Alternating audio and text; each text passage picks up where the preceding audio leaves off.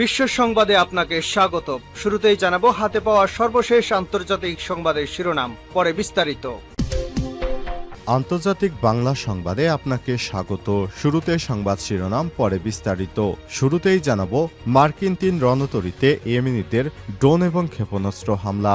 গাজায় ইসরায়েলি হামলার পর থেকে ফিলিস্তিনের স্বাধীনতাকামীদের সংগঠন হামাসের পক্ষে সমর্থন জানিয়ে আসছে ইয়েমেনের হুতি বিদ্রোহীরা। এরই জের ধরে তারা এবার আমেরিকার ৩ রণতরীতে ড্রোন এবং ক্ষেপণাস্ত্র হামলা চালিয়েছে। হুতি বিদ্রোহীরা জানিয়েছে যতক্ষণ পর্যন্ত গাজা যুদ্ধ বন্ধ না হবে ততক্ষণ পর্যন্ত মার্কিন যুক্তরাষ্ট্র সহ পশ্চিমাদের বিভিন্ন জাহাজে তারা হামলা অব্যাহত রাখবে। এরপর জানাবো লেবাননের দ্বিতীয় ধাপে হামলা শুরু করেছে দখলদার ইসরায়েলি বাহিনী। দক্ষিণ লেবাননে দ্বিতীয় ধাপের স্থল অভিযান শুরু করেছে দখলদার বাহিনী। আজ আরব নিউজ এবং আনাদোলো এজেন্সির এক সংবাদে সব তথ্য জানা গেছে। এদিকে যুক্তরাষ্ট্রের মন্ত্রী হতে যাচ্ছেন ইলন মাস্ক। যুক্তরাষ্ট্রের ৪৭তম মার্কিন প্রেসিডেন্ট নির্বাচনে ডোনাল্ড ট্রাম্পকে সমর্থন করার মধ্য দিয়ে ইলন মাস্ক এবার যুক্তরাষ্ট্রের মন্ত্রী হতে চলেছেন। এবারে জানাবো ট্রাম্পের মন্ত্রিসভায় কে কে ডাক পেলেন, পাইপলাইনেই বা কারা।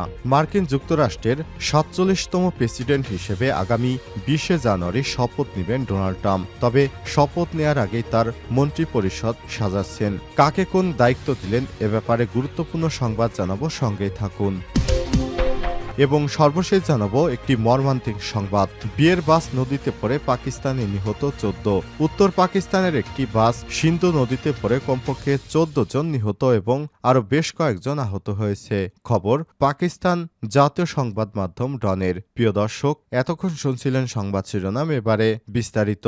তবে তার আগে বন্ধুরা অনুরোধ থাকবে এই সংবাদটিতে একটি লাইক দিন। এই চ্যানেলে আপনি নতুন হয়ে থাকলে আমাদের সংবাদটি দেখতে দেখতে চ্যানেলটি সাবস্ক্রাইব করে রাখুন। আর বন্ধুরা, আপনি যদি গাজা যুদ্ধে নিরীহ ফিলিস্তিনিদের ভালোবেসে থাকেন কমেন্টে ইয়েস লিখে বিশ্ববাসীকে জানিয়ে দিন। এবারে বিস্তারিত। মার্কিন ৩ রণতরীতে ইয়েমেনিদের ড্রোন এবং ক্ষেপণাস্ত্র হামলা।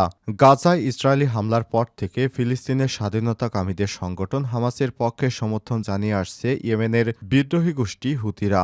এমনকি তারা লোহিত সাগরে ইসরায়েলি জাহাজে হামলা চালিয়ে আসছে। এজন্য ইসরায়েলের সহায়তায় এগিয়ে এসেছে মার্কিন রণতরী। এবার মার্কিন ৩ রণতরীতে ড্রোন এবং ক্ষেপণাস্ত্র হামলা চালিয়েছে হুতিরা। বুধবার ১৩ নভেম্বর আল জাজিরার এক প্রতিবেদনে সব তথ্য জানানো হয়েছে। প্রতিবেদনে বলা হয়েছে ইয়েমেনের উপকূলে হুতিদের কাছ থেকে মার্কিন রণতরী, ক্ষেপণাস্ত্র ও ড্রোন হামলার শিকার হয়েছে। পেন্টাগনের পক্ষ থেকে সব তথ্য নিশ্চিত করা হয়েছে। হুতিরা জানিয়েছে তারা মার্কিন বিমানবাহী রণতরী আব্রাহাম লিঙ্কন ও ২টি ডেস্ট্রয়ারে হামলা চালিয়েছে। পেন্টাগনের মুখপাত্র air force major general Patrick reader বলেছেন মার্কিন সামরিক বাহিনীর সেন্ট্রাল কমান্ডো সেন্টকম বাব আল মানদেব অতিক্রম করার সময় সফলভাবে হুতিদের একাধিক হামলা প্রতিহত করেছে। এই এলাকাটি লোহিত সাগরকে গল্ফ অব এডেনের সঙ্গে সংযুক্ত করেছে। এক সংবাদ সম্মেলনে রাইডার আরও বলেন মার্কিন ক্ষেপণাস্ত্র বিধ্বংসী রণতরী ইউএসএস স্টকডেল এবং ইউএসএস সাসপেন্স কমপক্ষে ৮টি একমুখী আক্রমণকারী ড্রোন, ৫টি জাহাজ বিধ্বংসী ব্যালিস্টিক ক্ষেপণাস্ত্র এবং ৩টি জাহাজ বিধ্বংসী ক্রুজ ক্ষেপণাস্ত্র দ্বারা আক্রান্ত হয়েছে। গোষ্ঠীটি ছোড়া এসব ড্রোন ও ক্ষেপণাস্ত্র সফলভাবে প্রতিহত করা হয়েছে। এতে মার্কিন নৌবাহিনীর কোনো জাহাজে ক্ষতি হয়নি। এছাড়াও এতে কোনো কর্মী আহত হয়নি। এ সময় তিনি আরও বলেন মার্কিন বিমানবাহী রণতরী ইউএসএস আব্রাহাম লিঙ্কনে হামলার কোনো তথ্য পাওয়া যায়নি। এর আগে মঙ্গলবার হুতিরা জানায় তারা ৮ ঘণ্টার ব্যবধানে মার্কিন নৌবাহিনীর বিরুদ্ধে ২টি নির্দিষ্ট সামরিক নিশানায় অভিযান চালিয়েছে। হুতির সামরিক মুখপাত্র ইয়াহিয়া সারি বলেছেন সাগরে মার্কিন বিমানবাহী রণতরী আব্রাহামকে নিশানা করে প্রথমে বেশ কয়েকটি ক্রুজ মিসাইল এবং ড্রোন দিয়ে হামলা করা হয়। এ সময় তিনি আরও বলেন দ্বিতীয় অপারেশনে বেশ কয়েকটি ব্যালিস্টিক ক্ষেপণাস্ত্র এবং ড্রোন হামলা চালানো হয়েছে। হামলায় লোহিত সাগরে ২টি মার্কিন ডেস্ট্রয়ারকে লক্ষ্যবস্তু করা হয়েছে। এছাড়াও এসব হামলা সফলভাবে লক্ষ্য অর্জন করেছে। হুতিরা গেল বছরের নভেম্বর থেকে জাহাজে হামলা চালিয়ে আসছে। এ হামলায় অন্তত ৯০টি জাহাজ, ড্রোন এবং ক্ষেপণাস্ত্র ছোড়া হয়েছে। এতে ২টি জাহাজ ডুবে গেছে। এছাড়াও ২টি জাহাজকে হাইজ্যাক করেছে তারা। গোষ্ঠীটির দাবি গাজায় যুদ্ধবন্ধ এবং ত্রাণ সহায়তা স্বাভাবিক না হওয়া পর্যন্ত এই হামলা অব্যাহত থাকবে। লেবাননে দ্বিতীয় ধাপে হামলা শুরু করেছে ইসরায়েল। দক্ষিণ লেবাননের দ্বিতীয় ধাপে স্থল অভিযান শুরু করেছে ইসরায়েলি সেনাবাহিনী। তেল আবিবের দৈনিক মারিবের বরাতে আনাদুলু এজেন্সি মঙ্গলবার ১২ নভেম্বর এসব তথ্য জানিয়েছে। ইসরায়েলি সেনাবাহিনী বলছে তারা হিজবুল্লাহর বিরুদ্ধে অভিযান জোরদার করেছে। গোষ্ঠীটির নতুন আস্তানার দিকে অগ্রসর হচ্ছে নেতানিয়াহু বাহিনী। এর অর্থ হচ্ছে দক্ষিণ লেবাননের নতুন এলাকা ইসরায়েলি আগ্রাসনের কবলে পড়তে যাচ্ছে। তথ্যমতে ইসরায়েলি সেনাবাহিনী দক্ষিণ লেবাননে স্থলযুদ্ধের দ্বিতীয় পর্যায়ে যে সূচনা করেছে তাতে যোগ দিয়েছে ৩৬তম ডিভিশন। হিজবুল্লাহর দ্বিতীয় প্রতিরক্ষা লাইনের দিকে অগ্রসর হচ্ছেন তারা। ৩৬তম ডিভিশনের একটি সাজোয়া ডিভিশন এবং এটি ইসরায়েলি সামরিক বাহিনীর মধ্যে বৃহত্তম ডিভিশন। সংযুক্ত আছে গোলানি ব্রিগেড, প্যারাট্রুপার্স ব্রিগেড এবং ১৮৮তম সাজোয়া ব্রিগেড সহ যুদ্ধ কৌশলীরা। তারা ইতিমধ্যে দক্ষিণ লেবাননে নতুন অপারেশনে জড়িয়েছে। ইসরায়েলের দৈনিক বলছে এই অভিযানের উদ্দেশ্য হল এই অঞ্চলে হিজবুল্লাহর ঘাঁটি ভেঙে দেওয়া এবং লেবাননের রাজনৈতিক মীমাংসার আলোচনায় বসতে হিজবুল্লাহর উপর চাপ প্রয়োগ করা। গত বছরের ৭ অক্টোবর ইসরায়েলের গাজায় হামলা শুরু করে। এর প্রতিবাদে ইসরায়েলের ভূখণ্ডে রকেট ছুড়ে আসছিল হিজবুল্লাহ যোদ্ধারা। মাঝে মধ্যে ইসরায়েলি সেনাদের লক্ষ্য করে গুলিও ছুড়েছে তারা। সীমান্ত সংঘাত যখন চরমে পৌঁছেছে তখন ইসরায়েল হিজবুল্লাহ নিধনে লেবাননে বোমা হামলা শুরু করে। এরপর থেকেই তারা পর্যায়ক্রমে এই হামলাগুলো চালাচ্ছে। যুক্তরাষ্ট্রের মন্ত্রী হতে যাচ্ছেন ইলন মাস্ক। যুক্তরাষ্ট্রের ৪৭তম প্রেসিডেন্ট নির্বাচনে ডোনাল্ড ট্রাম্পের সমর্থন করার মধ্য দিয়ে অন্যতম প্রভাবশালী ইলন মাস্ক তিনি এবার মন্ত্রী হতে যাচ্ছেন। গত জুলাইয়ে ট্রাম্পকে হত্যাচেষ্টার পরই তার প্রতি নিজের সমর্থন প্রকাশ করেন এই টেক জায়ান্ট ধনকুবের। এরপর ট্রাম্পের জয়ে নিজের সর্বোচ্চ চেষ্টা অব্যাহত রেখেছেন। জয়ের পরে ইলন মাস্কের অবদান ভুলে যায়নি ট্রাম্প, দিলেন এর প্রতিদান। রয়টার্সের এক প্রতিবেদনে বলা হয়েছে সরকারি দক্ষতা বিভাগ নামে ট্রাম্প নতুন মন্ত্রণালয় গঠন করতে যাচ্ছে। এর দায়িত্ব দেবেন ইলন মাস্ক ও বিবেক রামাস্বামীকে।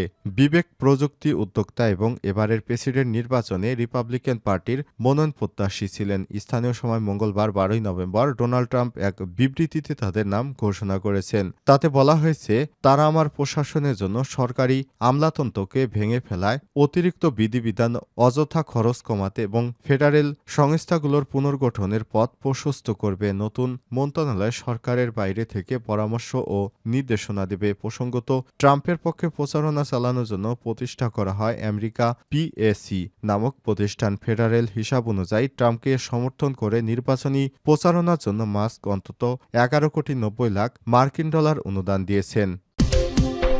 ট্রাম্পের মন্ত্রিসভায় কে ডাক পেলেন? পাইপলাইনেই বা কারা? যুক্তরাষ্ট্রের প্রেসিডেন্ট নির্বাচনে ঐতিহাসিক জয় পেয়েছেন ডোনাল্ড ট্রাম্প। মাত্র মাস দুয়েক পরে তিনি বিশ্বের সবচেয়ে ক্ষমতাধর দেশটির রাষ্ট্রপ্রধান হতে চলেছেন, শপথ নেবেন। তবে তার আগেই সভাসদ সাজাচ্ছেন তিনি। মন্ত্রিসভায় নিয়োগ দিচ্ছেন অনুগত এবং মিত্রদের। ইতিমধ্যেই কয়েকটি বড় দপ্তরে মন্ত্রী চূড়ান্ত করেছেন ডোনাল্ড ট্রাম্প। তবে কিছু দপ্তরে এখনও নাম ঘোষণা বাকি। এই প্রতিবেদনে ট্রাম্পের নতুন প্রশাসনে কারা কারা ডাক পেলেন, কারা কারা পাইপলাইনে আছেন এ সম্পর্কে জানাবো। বিশ্বমোড়ল যুক্তরাষ্ট্রের রাজনীতিতে পররাষ্ট্রমন্ত্রীর ভূমিকা অনেক উপরে। প্রেসিডেন্টের নির্বাচিত হয়ে তিনি বিশ্ব মার্কিন নীতি বাস্তবায়ন করেছেন। আর এই অতি গুরুত্বপূর্ণ পদে ট্রাম্প মার্কিন সিনেটর মার্কো রুবিওকে মনোনীত করেছেন। সবকিছু ঠিক থাকলে প্রথম ল্যাতিনো শীর্ষ কূটনৈতিক হিসেবে নিযুক্ত হবেন ফ্লোরিডায় জন্ম নেয়া এই রাজনীতিবিদ। প্রতিরক্ষামন্ত্রী পিট হেগসেথ যুক্তরাষ্ট্রের নতুন প্রতিরক্ষামন্ত্রী হিসেবে পিট হেগসেথকে নিয়োগ দিয়েছেন ট্রাম্প। হেগসেথ রক্ষণশীল মার্কিন সংবাদ মাধ্যম ফক্স নিউজের একজন উপস্থাপক। অবশ্য মার্কিন সামরিক বাহিনীতে কাজ করা দীর্ঘ অভিজ্ঞতা রয়েছে তার। জাতিসংঘ যুক্তরাষ্ট্রের রাষ্ট্রদূত হিসেবে এলিস স্টেফানিকে নিয়োগ দিয়েছে ট্রাম্প। সীমান্তে রয়েছে টম হোমান। ডোনাল্ড ট্রাম্প তার পরবর্তী প্রশাসনে যুক্তরাষ্ট্রের সীমান্ত দেখভালের দায়িত্ব দিচ্ছেন টম হোমানকে। কট্টর অভিবাসন বিরোধী কর্মকর্তা হিসেবে পরিচিত রয়েছেন টম হোমান। স্বরাষ্ট্রমন্ত্রী ক্রিস্টি নোয়েম মার্কিন স্বরাষ্ট্রমন্ত্রী হোমল্যান্ড সিকিউরিটির দায়িত্ব সাউথ ডাকোটা অঙ্গরাজ্যের গভর্নর ক্রিস্টি নোয়েমকে নিয়োগ দিয়েছেন তিনি। মন্ত্রিসভায় জায়গা পেলেন ইলন মাস্ক। বিশ্ববিখ্যাত প্রযুক্তিবিদ ইলন মাস্ক এবার মন্ত্রিসভায় ডাক পেয়েছেন। চিফ অব স্টাফের ডাক পেয়েছেন সুজি ওয়াইলস।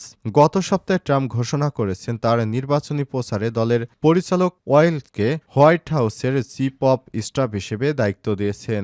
এছাড়া এরকম আরও বেশ কয়েকজনকে দায়িত্ব দেওয়া হয়েছে। তাদের মধ্যে রয়েছে জাতীয় নিরাপত্তা উপদেষ্টা মাইক ওয়াল্টস, সিআইএর পরিচালক র্যাডক্লিফ, বাণিজ্য এবং অর্থমন্ত্রীর দৌড়ে যারা। স্কট বেসেন্টকে অর্থমন্ত্রী পদে প্রধান প্রার্থী হিসেবে দেখা হচ্ছে।